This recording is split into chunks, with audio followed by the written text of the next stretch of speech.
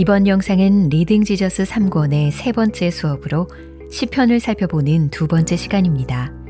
오늘은 시편에 수록된 시의 장르와 그 특징에 대해서 알아보겠습니다. 시편은 시문학이라는 독특한 장르에 속하고 본서에 수록된 각각의 시편은 또한 독특한 형태를 취하고 있습니다.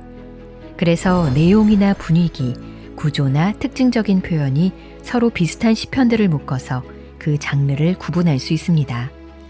다른 모든 성경과 마찬가지로 시편을 깊이 이해하기 위해서는 각각의 시편들이 속한 장르의 특징을 고려해야 합니다. 시편에 수록된 시에는 어떤 장르들이 있으며 그 특징은 무엇일까요? 이번 시간에는 시편의 많은 장르들 중에서 대표적으로 꼽을 수 있는 탄식시, 인정시, 묘사적 찬양시를 살펴보겠습니다.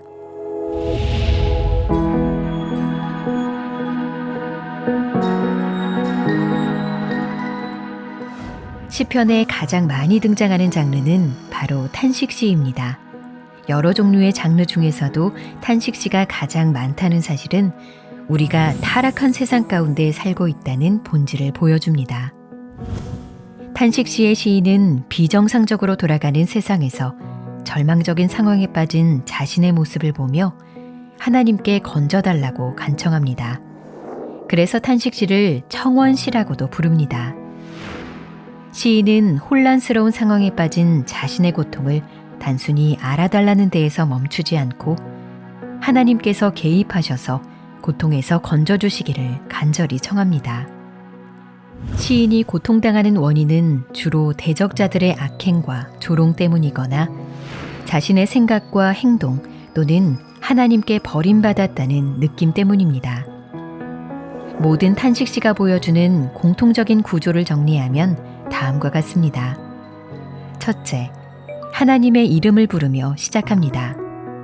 둘째, 시인이 탄식하는 상황을 짧거나 길게 표현합니다. 셋째, 하나님에 대한 믿음의 고백을 합니다.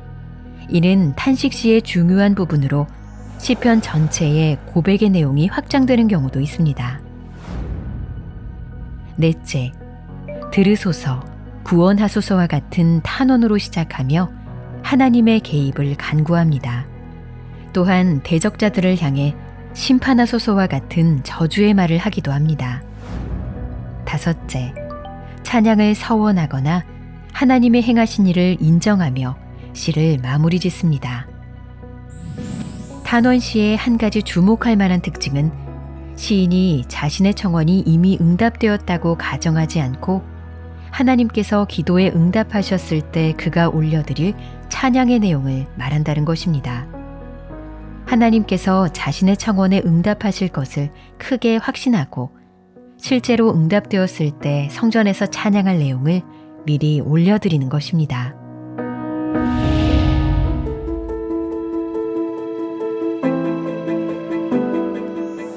탄식시의 바탕이 되는 기본 내용은 애통과 슬픔, 고통의 상황입니다.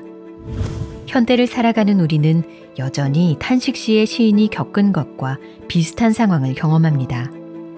그런데 오늘날의 교회가 탄식시를 많이 다루지 않는 이유는 무엇일까요?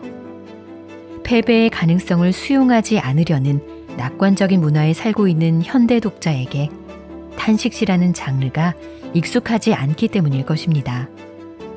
해피엔딩을 좋아하는 오늘날의 문화는 비탄과 슬픔을 마주하고 싶어하지 않는 경향이 있습니다. 슬픔과 고난을 다 같이 표출할 공간이 별로 없는 현대인은 애써 웃으며 자기 감정의 어두운 면을 부인한 채로 살아갑니다. 이와 반대로 시편 기자들은 하나님 앞에 자신의 슬픔을 있는 그대로 토로하며 탄식합니다.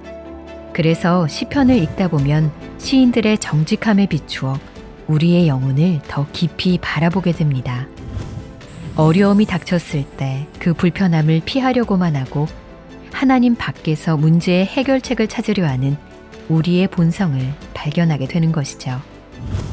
우리는 시편 기자와 같이 탄식의 자리로 나아갈 수 있어야 합니다.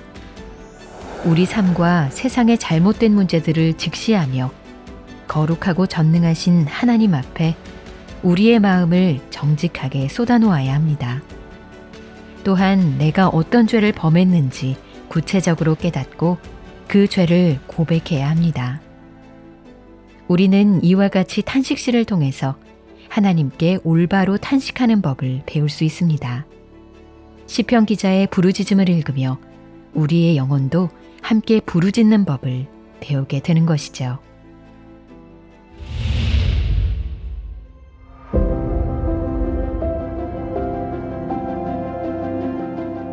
인정시는 하나님이 베푸신 구원의 역사와 그 은혜를 공적으로 인정하고 선포하는 장르의 시입니다.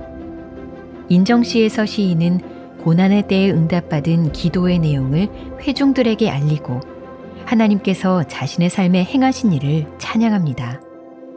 이처럼 인정시편들은 주로 시인의 개인적인 기도응답 경험이나 시인의 삶을 통한 하나님의 구체적인 구원 역사에 초점을 맞추기 때문에 매우 개인적인 간증을 담은 시편들이라 할 수 있습니다. 인정시가 보편적으로 지닌 4가지 형식을 정리하면 다음과 같습니다. 첫째, 하나님을 찬양하는 선포로 시작합니다. 둘째, 개인의 결단을 표현합니다. 셋째, 시인에게 구원이 필요했던 순간과 하나님께서 어떻게 그를 구원하셨는지를 재진술합니다. 넷째, 새로운 찬양의 서원 혹은 묘사적 찬양과 교훈의 내용으로 마무리 짓습니다. 모든 인정시는 단순히 구원의 역사를 알리는 것에서 그치지 않고 찬양으로 변화된 시인 자신의 삶을 고백하며 타인도 그런 기쁨의 찬양에 동참하기를 가르칩니다.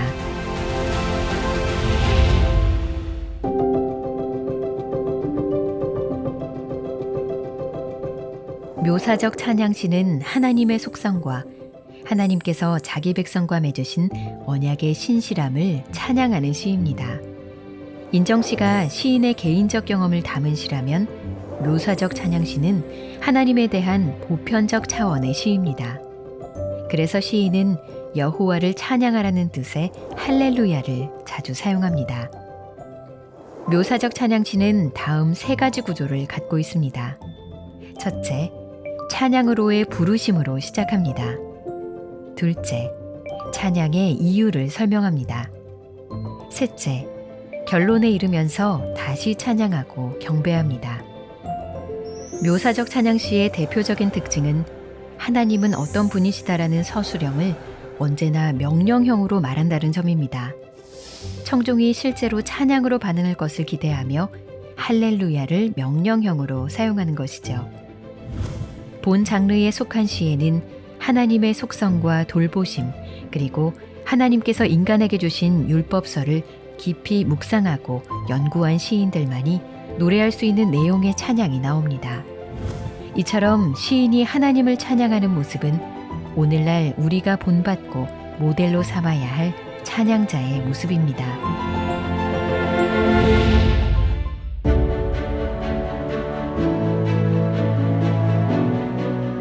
그렇다면 시편의 3가지 기본 장르인 탄식시와 인정시와 묘사적 찬양시는 하나님과 우리의 관계와 상태를 어떻게 반영할까요? 각각의 장르는 시인이 인생의 어떤 상태에서 기록한 것일까요? 먼저 묘사적 찬양시는 삶의 모든 일이 잘 진행되고 순탄할 때를 표현한 시편들로 정상의 상태를 나타냅니다. 그래서 하나님의 하나님 되심을 기뻐하되 특별히 청원하거나 응답해 주시길 요청하는 내용은 없습니다. 다음으로 탄식시는 삶이 어려울 때를 표현한 시편들로 비정상의 상태를 나타냅니다. 시편에서 탄식시가 가장 많은 분량을 차지한다는 사실을 통해 우리가 타락한 세상 속에서 살고 있다는 본질을 볼 수 있습니다. 그래서 삶의 의미를 찾을 수 없고 환난 가운데 방향을 잃었을 때 우리는 탄식시를 통해 하나님께 돌아갈 수 있습니다. 마지막으로 인정시는 비정상적인 세상에서 혼돈에 빠졌다가 구원받았던 때를 기억하며 하나님께 감사와 찬양의 서원을 드리는 시편들로 재조정의 상태를 나타냅니다. 인정시는 우리의 버팀목이 다 사라지고 무너져도 하나님은 우리를 구원하시고 다시 한번 단단한 땅 위에 새로운 삶을 세우시는 분임을 보여줍니다.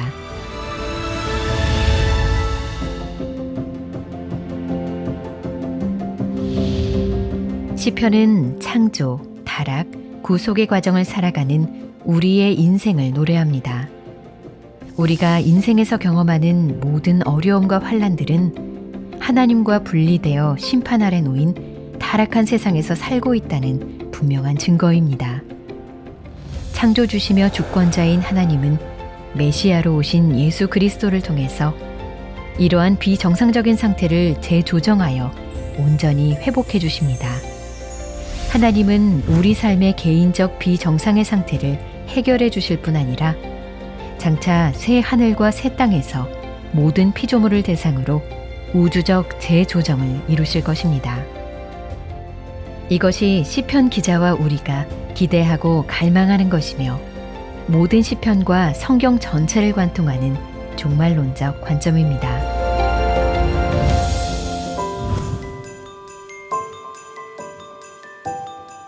다음 영상은 리딩 지저스 3권의 네 번째 수업으로 총 5권으로 나누어진 시편의 구조와 메시지를 알아보겠습니다. 그 중에서도 시편 1권과 2권의 중심 내용을 함께 살펴볼 것입니다.